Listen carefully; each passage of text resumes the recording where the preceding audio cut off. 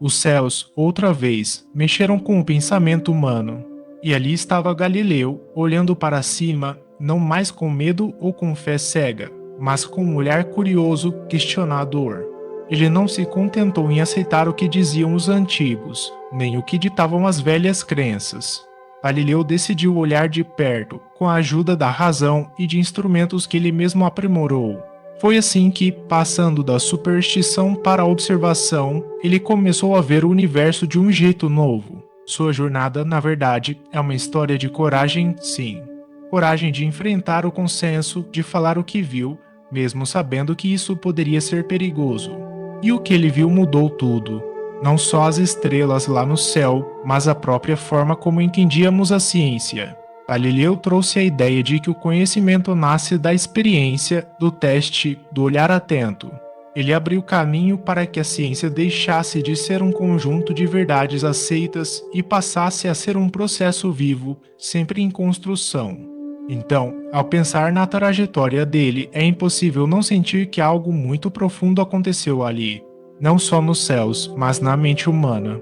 E essa mudança, essa revolução invisível, foi a semente do que viria depois nas grandes descobertas que moldaram o mundo moderno. Galileu nasceu numa época em que o mundo ainda se agarrava a velhas certezas, aquelas certezas da Idade Média.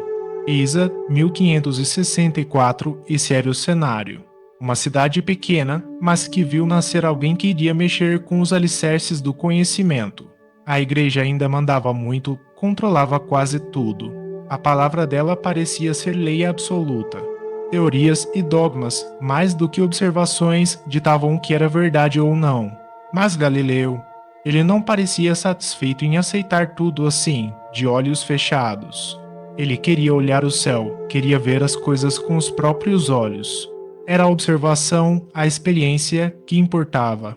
Virou professor de matemática, mas logo viu que queria ir além dos números no papel.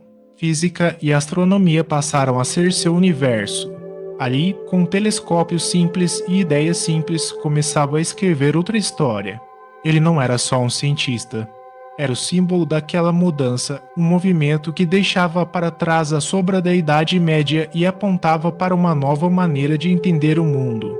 Aquele gesto dele de olhar para o céu e questionar foi o que abriu as portas para o que hoje chamamos de revolução científica. Foi o começo de um mundo novo que não se baseava só na fé, mas também na razão e na prova. Quando penso em Galileu, lembro logo de como ele não apenas olhou para o céu, mas transformou radicalmente o jeito de olhar para ele. Ele não parou no básico. Melhorou o telescópio, fez dele uma ferramenta que mostrou o que ninguém tinha visto antes. E com essas descobertas veio algo poderoso. Encontrou aquelas 4 luas que orbitam Júpiter. Lá, tão longe, isso já desconstruía a ideia de que tudo girava em torno da Terra. Depois, as fases de Vênus, que não faziam sentido se o Sol estivesse girando ao redor da Terra. Cada fato, uma peça a menos no tabuleiro da velha visão geocêntrica. E o Sol, com suas manchas e movimentos, também não escapou do seu olhar atento. Tudo apontava para algo novo. Foi ele quem juntou essas peças e deu forma à teoria heliocêntrica, a ideia de que somos planetas orbitando o Sol, uma ideia tão simples hoje, mas na época um abalo sísmico. E não foi só na ciência dura que ele atuou. No diálogo sobre os 2 sistemas do mundo, ele não escreveu apenas para cientistas, mas para o mundo, como se falasse em voz alta, explicando, argumentando, defendendo uma nova forma de entender o cosmos. Um texto que não só consolidou sua fama, mas clarificou o rumo da ciência moderna. Galileu não é só um nome, mas um ponto de virada. Aquele momento em que a gente começa a pensar além do que parecia dado e entende que a verdade, às vezes, está no olhar de quem ousa questionar. É curioso pensar como as ideias de Galileu, que hoje parecem tão óbvias, foram recebidas com tanto receio pela Igreja Católica.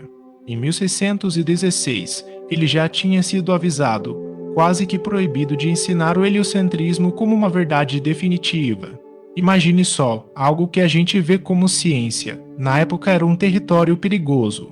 E aí, em 1633, veio o julgamento pela Inquisição.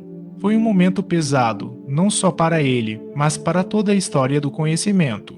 Ser forçado a retratar-se é como se estivesse impedindo para calar uma voz que queria ampliar a visão do mundo. Galileu não foi jogado numa masmorra qualquer, mas ficou sob prisão domiciliar pelo resto da vida. Isso mostra o cuidado da Igreja em manter o controle, sem, no entanto, apagar totalmente o homem. Mas o mais interessante é que, mesmo assim, suas ideias não morreram ali. Pelo contrário, elas continuaram a circular, meio escondidas, desafiando a censura e o medo. Essa resistência silenciosa, essa troca invisível, é uma prova de que o conhecimento tem uma força própria que não se deixa esconder facilmente. E aí fica a pergunta: até que ponto o confronto entre ciência e religião foi mesmo uma guerra de ideias, ou um medo frente ao novo que ameaçava o poder estabelecido? Talvez seja mais essa tensão, essa dúvida, que marca um momento tão importante da nossa história. Galileu é curioso pensar no tamanho do impacto que ele teve, não só na astronomia, mas em quase tudo que envolve o modo como a gente encara o conhecimento hoje. Ele não veio só com um telescópio, estrelas ou planetas em mente. O que ele fez, na verdade, foi abrir uma porta para um jeito novo de pensar, baseado em observação, em experimentação, naquele esforço de testar as ideias e não só aceitar porque alguém disse. E isso a gente sente até hoje. O método científico, esse jeitão de validar as coisas, de colocar na prova, de duvidar para saber, é uma herança concreta dele. Olha o quanto isso mudou o mundo.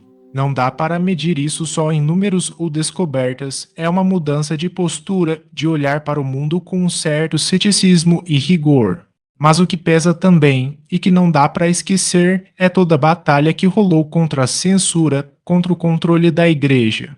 Porque não era só ciência, era uma briga de ideias, uma briga por liberdade de pensar, de questionar. E essas discussões não são antigas, estão aí, vivas nas nossas rodas ainda. Debates sobre liberdade acadêmica, sobre o quanto o dogma pode interferir no saber. Então, quando falamos em Galileu, não é só um nome do passado, não. É uma presença que faz a gente refletir sobre onde a gente está agora, sobre como qualquer avanço precisa desse espaço para respirar, para ser desafiado, e não sufocado. É uma conversa entre o ontem e o agora que a gente segue vivendo. Imagina só se Galileu estivesse aqui agora, olhando esse céu todo com a gente, ele não se contentaria em só apontar as estrelas. Ele queria que a gente olhasse além do que é óbvio, que questionasse tudo, mesmo que a gente acha que já sabe. E aí, aquela pergunta que fica martelando o que você tem observado no seu próprio mundo? Será que a gente não está preso demais em certezas antigas, em discursos que soam confortáveis, mas que talvez escondam outras verdades? O que está ali, bobo, escondido sob a superfície das suas crenças? Às vezes é mais fácil aceitar o que parece familiar. Mas, como Galileu mostrou, é na dúvida, no confronto com o desconhecido, que o mundo muda e que a gente cresce. Então, será que hoje a gente tem coragem de olhar com olhos novos, de encarar as perguntas que incomodam, que mexem com o que acreditamos? Talvez justamente aí, no desconforto, esteja o começo de uma descoberta.